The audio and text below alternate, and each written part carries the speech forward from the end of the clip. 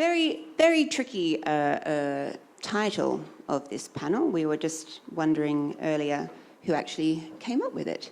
But what it does is presuppose that there are gendered categories in fiction. Journalist Kate Harding has written that women's fiction is seemingly defined by the poles of misery and martinis. And another critic notes that books for women are supposed to have a thesis and are defined by a lack of moral ambiguity. How do these comments sit with both of you in your experience of women's fiction, particularly your own writing, if indeed you categorize your writing as women's fiction?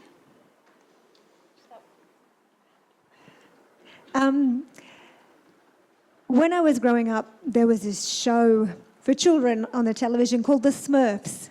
Did you have who knows the Smurfs, right? Little blue people, right? And in the Smurf village, there was like Carpenter Smurf and Baker Smurf and Postman Smurf.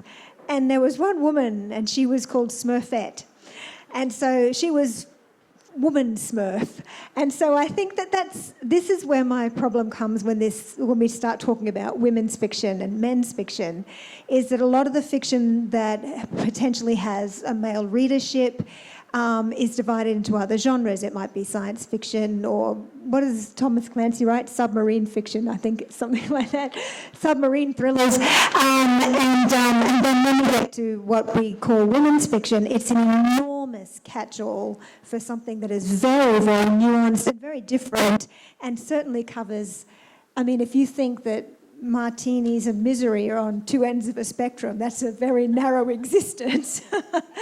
So, yes, and both of those people who you quoted, were they both men? No, they were both women. I disagree with them. In short, I disagree. Okay. Yeah, I disagree as well. But I do agree with Kim in that what happens with... So I write for, I think, marketing purposes, contemporary women's fiction or popular fiction, but in marketing terms and in the bookshelves, when you go into bookstores, I'm either in romance, which is a part of my fictional writing, or women's fiction. Now, I defy anyone to walk into a bookshop and see men's fiction written there. Men's fiction will be under crime or sci-fi or thriller or just fiction, whereas for some reason women, and by women's fiction I guess loosely I'm saying books written by women predominantly for a female audience, although I'd like to think that my books also appeal to men, will be under women's fiction. Walk into a library, chick lit, women's fiction, you know, romance, all of that sort of thing, whereas there's not a men's fiction. To the best of my knowledge, men read roughly divided, 20% of men read fiction, 80% of women read fiction. So I think the term women's fiction is largely it's a marketing thing. And when I've been marketed as chick lit, and I really don't care. I mean, as long as people read my books and enjoy them, I don't care what you call them. But you don't find too many, even though there is lad lit, you don't go into a bookshop or a library and see lad lit, even though those writers might be doing coming of age stories, whether they're Nick Hornby, David Nichols, Nick Earls, you know, but they're not classed under that, you know, title. It's just called fiction. I suppose talking about the nuanced variations in what is known as women's fiction, just for the sake of this panel, do you find that there are any themes or characters or perhaps narrative arcs that appeal more to women than to men, or perhaps even people outside of a binarized gender?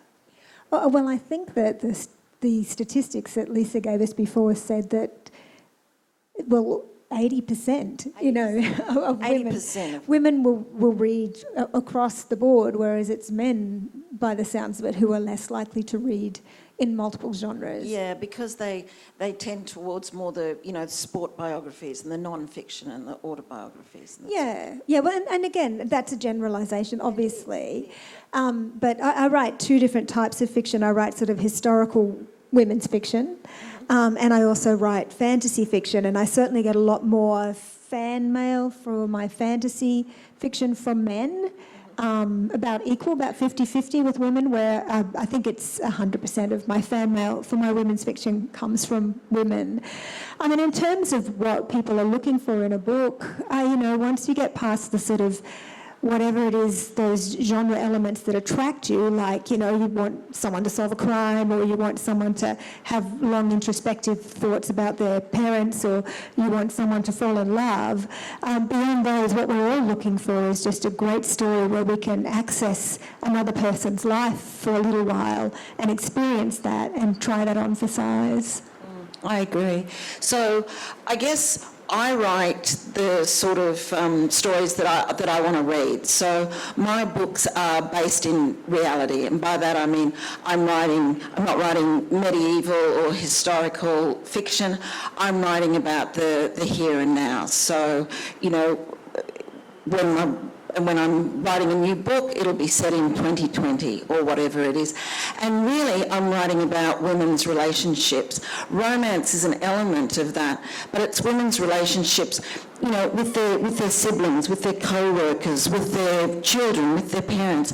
And it's, you know, and there are always very strong male characters in my books as well, because obviously they make up half the population, and they provide good fodder for conflict and crises in women's lives. So I guess what I write is about women, and generally speaking, women triumphing over adversity. But at the end of the day, like Kim says, I just want to write a good book, a good story that keeps the readers turning the pages and allows the reader to escape from their real life, read something of mine and go, oh, her life's much worse than mine. I'm so glad that I'm not her. But it always ends, hopefully, you know.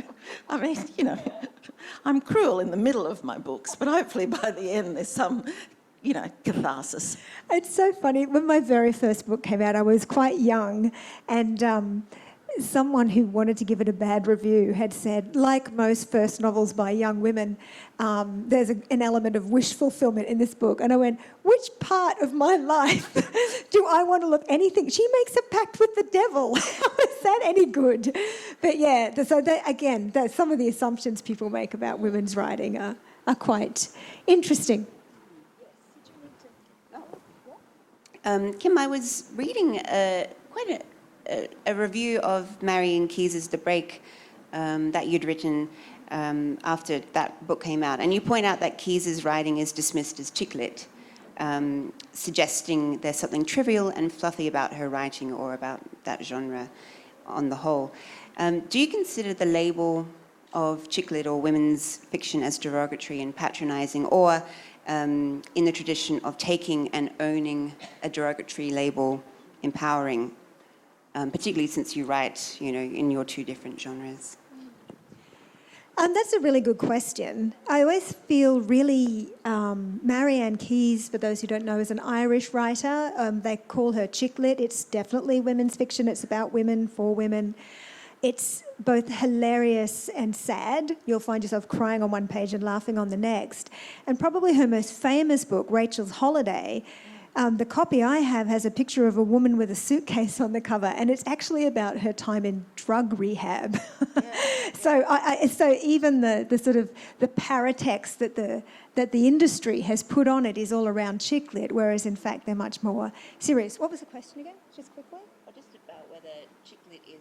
Oh, a derogatory term. Yeah, okay. So there's a couple of things to think about here. In Australia, which I think follows the rest of the Anglophone publishing industry, the way that books are divided up into genres is quite for sales terms, for sales tracking terms, there is a category called commercial. There's romance, there's crime, there's fantasy, and commercial women's fiction is a very large subset of that commercial. Chick lit, a publisher will use that if they think it will sell a book. As soon as that title has become, that label has become a bit passé, or it looks like it might work against them, they'll stop using it. So publishers only ever use those terms when they think that they'll work, and there was a big chick lit boom in the early 2000s, I believe, though it still sells very well. They do tend to call it women's fiction now instead. I haven't seen a great amount of owning of it, not in the same way that I've seen sort of fan communities of romance really owning. And I hope at one stage today we can talk about romance, because though neither Lisa it's the most maligned genre. Thank you for pointing it out. It's 100% a women-focused, women's genre, so I have some real issues with that.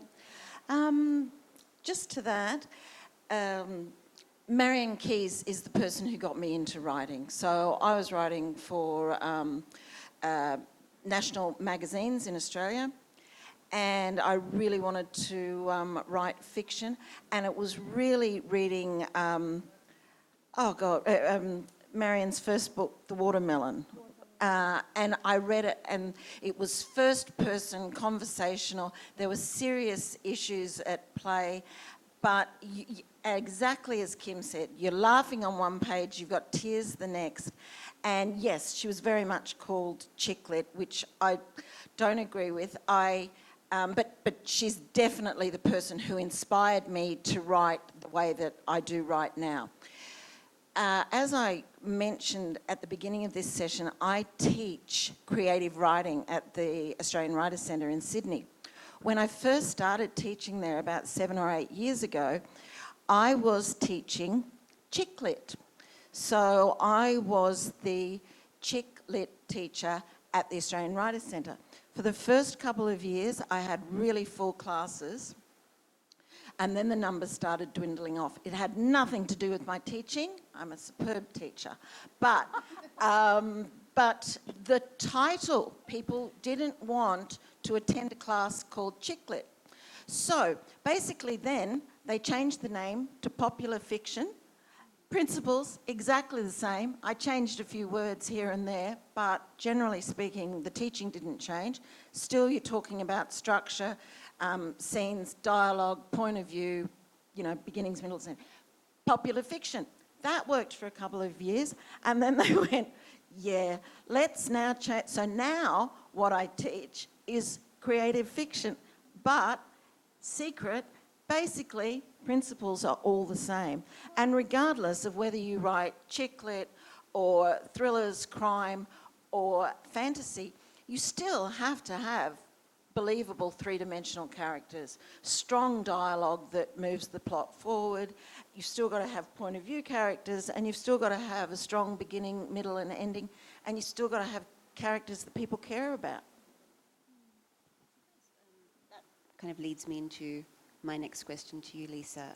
I know you both have backgrounds in book and magazine publishing, but how much of women's fiction is less about your writing with a particular audience in mind and more, say, about who publishes your books or how they're marketed, and with your journey in particular, who designs your book covers? Let me tell you, Kim might be different because she's a much more widely published author than I am. I have no control, none. So, for example, I love this book, one of my favourites, my 5th book published with Allen and Unwin. When we were discussing publishing this book, my publisher said to me, we're going to look for a much more aspirational cover. We want to have a much more literary cover. We don't want something that screams women's fiction or chick lit. Now, when this cover came through to me on my email, I went, well, goodness me, how much more chick lit could you get than those graphics and that woman?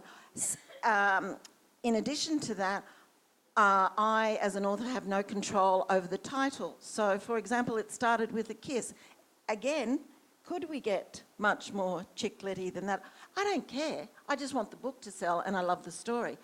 But what a lot of readers don't understand, and when and a lot of readers do judge a book by its cover, you've got to remember that authors, unless they're James Patterson or Marion Keyes, don't have control over their covers. And a lot of times we don't have a lot of control over any of a lot of things, but particularly over our covers and our titles. Oh yeah, well, generally speaking, I mean, I guess the rationale behind that is that they're the experts. You know, and I just know so many fantasy authors who would love to design their own covers and should absolutely be forbidden from ever doing so. So I do kind of get it. My agent will go into bat for me if it's a real issue, but generally speaking, I tend to, well, not even trust them, I just tend to submit. I'm just so tired. I'm tired after 20-something years in publishing, and I just think, look, if you think that'll work, that's great. You go ahead and do that. Make yourself happy. I got to write the book. I got some money for it. I'm already winning at life.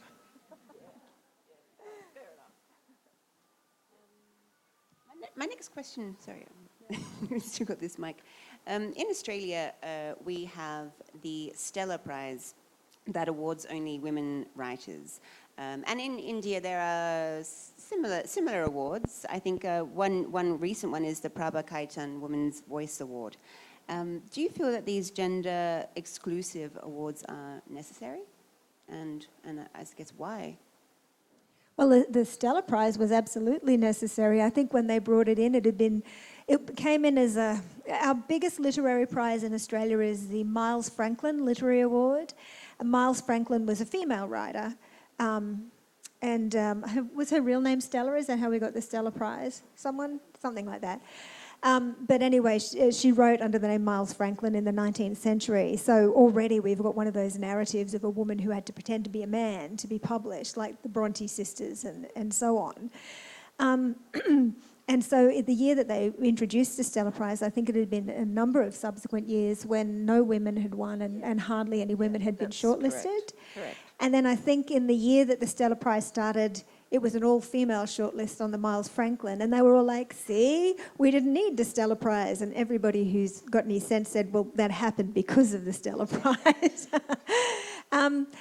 So yes, to a certain extent we need them. To a certain extent, all of those kind of measures of value in any culture, any cultural artefact, so, you know, the Oscars, literary awards, whatever, there is the assumption of a rational white male somewhere in the middle of that judging panel. Whether there actually is that or not, that there is that assumption just sort of at the core of a lot of the ways that we judge value and a lot of the ways that we judge merit.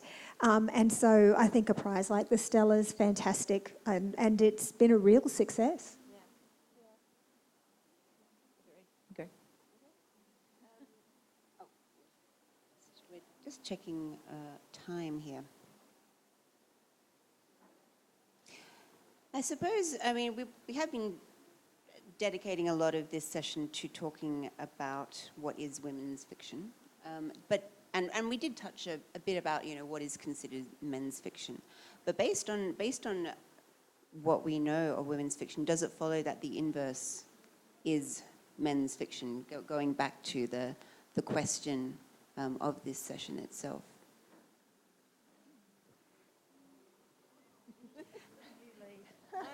There's so many ways to answer that. Yeah, I mean, like, you could say the history of literature is men's fiction. Yeah, I mean, if you wanted to. You know, when you think of who was the most famous writer from the 16th century, Shakespeare, from the 17th century, 16th, 17th, oh, I don't know, some guy, Swift, he was the 18th century. There's just all these guys, just a line of guys. And then lots of women started to write, and I can really totally understand why a lot of people would say, oh, well, you know, there's lots of women writers now. But there were so many voices from thousands of years past that we've never heard, and that makes me feel sad. In terms of the marketing category, that's where it gets super interesting for me. I love what they call men's fiction. I love James Patterson. I love Lee Child. I love Patrick O'Brian. I am the biggest Patrick O'Brian fan. So I do love a lot of things that, men's fiction, the kind of thing they put on at the front of the bookshop around Father's Day. Yeah. And at airports. Yeah. So... See, I don't consider it... it's annoying. Women's fiction, men's fiction, it's fiction. I read James Patterson as well, and Lee Child, and, oh, God, I can't think off the top of my head, but... Stephen King. Love Stephen King. Well, see, he scares me. Oh, right. But I read his books on craft and on writing. But, I don't consider, because it's written by a man, it's only, going to be of interest to a man. Like I read David Nichols and, Nick Hornby I really like as an author. And it's, whereas I think women are far more likely to pick up, look at a back cover blurb and not really care whether it's written by a man or a woman. If the story sounds good, they'll want to read it. I have friends who write crime, one of my friends, Louisa Larkin, and she writes under L.A. Larkin. Now, you could Google her and see that she's a woman, but, she started out just having initials so that men wouldn't be put off by the fact that she is a woman initially. And the same with Alison Tate, who writes for children, but they're predominantly adventure stories, and I guess more boys than girls would read it. So she doesn't write under Alison Tate, she writes under A.L. Tate. Well, that's the same for J.K. Rowling, that's why. Yeah, exactly, that's why originally... which is sad, right? That's like another version of... Miles Franklin. Yeah. Exactly. Just because they don't want the stigma of going, oh my God, that book's written by a woman, therefore it's not going to be of any interest to me because I'm a man. Whereas I don't believe that the majority of women pick up a book and go, oh, that's written by a man, therefore it's not going to be of interest to me. What about someone like Nicholas Sparks, who basically writes romance? Yeah, but they call it a love story when I know. when a man writes it. Yeah. So what's the difference there? Do you have any ideas of the difference between a love story and a romance? No. It's... well, I don't. Maybe you guys do. It's a romance. A romance is a love story. Yeah. I mean, yes, of course, and if it... Look, I'm just going to keep it simple and straight. Boy meets girl, girl meets boy. There's the black moment, they have the argument, yada, yada, yada, yada, trials and tribulations. But basically, when you read a love story or a romance, you know the through line. And there are certain expectations of that genre. So you expect the boy and girl to meet in the first chapter, and that man and woman will end up together at the end of the story. That's the basic through line of a romance, that there's going to be hardships, difficulties, misunderstandings, but throughout it all, romance and love story, it's the same. You're falling in love. Aren't you? I don't know. Yeah, no, I agree. We might actually open questions to the audience if anyone has something to ask either of our writers on the panel, perhaps even continue this topic. Can I just say, because we have just mentioned romance, the romance industry is worth $1.88 billion a year worldwide, and it's the biggest selling genre. They've thrown a bit of erotica into that as well, so now it's romance/erotica, but it is a $1.88 billion industry across the world. And exclusive, and predominantly written by women, would you say? Predominantly. Except for Nicholas Sparks, but he writes love stories.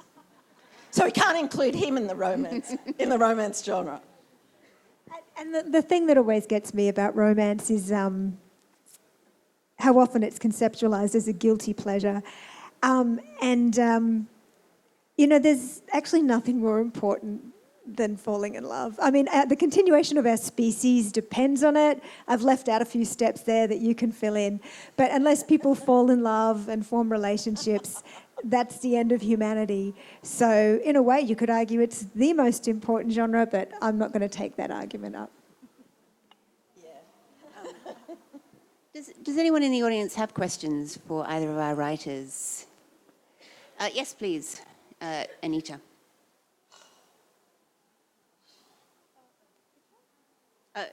Anita. Thank you, it's okay.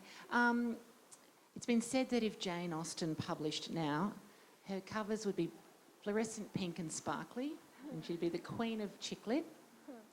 My question is, in Australia, most of us read Jane Austen in school and dead white writers like Shakespeare. Did you read Jane Austen, and did you have a favourite title if you did? My favourite Jane Austen, Northanger Abbey, because I'm actually fairly obsessed with late 18th century Gothic fiction, which is all written by women. It's these fantastic books, right? Like Mrs. Radcliffe, Anne Radcliffe is my favourite, and she writes these books where, there's girls in an old building, like an old mansion, and they can hear chains rattling and they think it's ghosts and it's terrifying. And then they find out it's not a ghost at all. It's just their mother who their father locked in the dungeon several years ago. So, phew. I mean, that's much more terrifying, right? But yeah, Northanger Abbey. I've got Northanger Abbey because I was just in Bath a couple of months ago, and that's where Jane Austen wrote that book. I've still got it on my shelf, but I would have to say Pride and Prejudice. But then my whatever number child was studying Mary Shelley's Frankenstein in year 11, and I reread that, and that is a fabulous romance. It really is. It's beautiful. So, yeah, I think it's very, looking at the classics.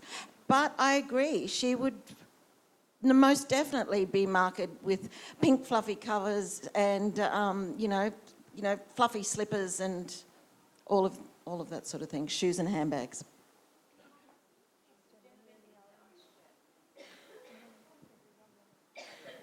Thank you. My name is Ramana, and I really enjoyed this conversation. The title of this session was, Is There a Men's Fiction? And most of your session was devoted to women's fiction. And you answered the question in the last 7 minutes or so, that yes, the predominant fiction is men's fiction. I want to contrast with an example. Khalid Hosseini, the writer of The Kite Runner. The first the book that he wrote, The Kite Runner, was fascinating. There was adventure, there was thrills, there was, fighting and all kinds of stuff.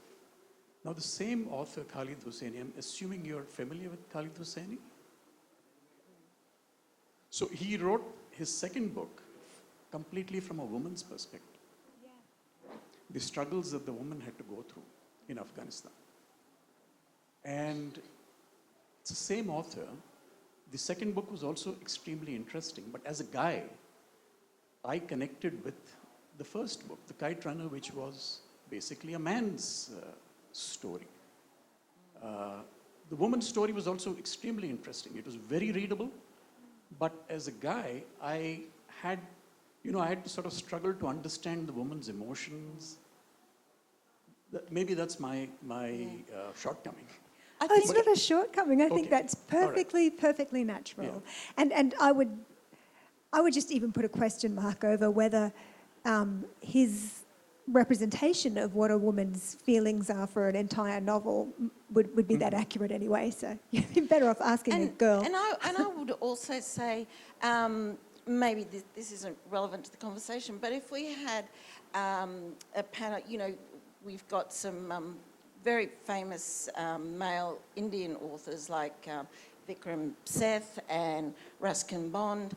Would they be up here talking about women's fiction? Yeah. Would they have a panel dedicated to what is women's fiction? And how annoyed would we be? Have you ever been to a festival where there are men up here who would be then going, now let's Actually, I is think- is there a women's fiction? I actually think that probably actually has happened, Lisa, Oh, okay. but yeah, but still. But thank you.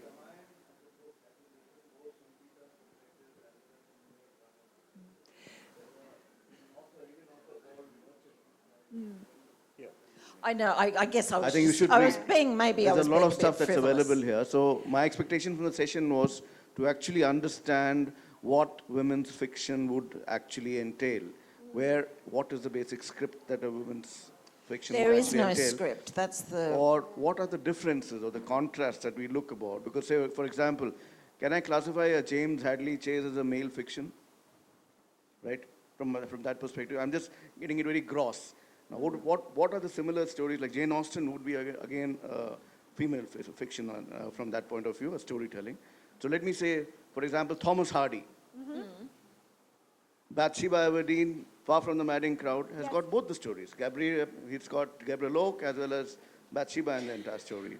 And Sergeant Troy comes into the entire picture. So it has actually been a mix. Now, what is this new creature that's coming up which is called women's fiction? That's what we'd like to know. It's really, I believe, So is it it's a more marketing. romantic? We just write fiction. Yeah, we just write fiction. Or I do believe, fantasy is a genre, or sci-fi, or thriller, or Well, I crime. write fantasy about women, yeah. That's what- I mean, this you know. new thing that's coming up called women's fiction's probably been around as long as we've been around. You just haven't heard it. And I think there's a reason that we all know the name of the book, The Kite Runner, but we don't know the name of the sequel. And I think that's important to know. Basically, segmentation. It's more of marketing that's actually happening over here. From the point of view of the authors, you're creating a different genre of authors who are writing specifically about certain things, and they're classifying it into either overall fiction or men's fiction or women's fiction. That's right, but yeah, I think it's probably a little more complex than that, but probably a bit hard to go into here. Yes, and I'm afraid we have to wrap the session.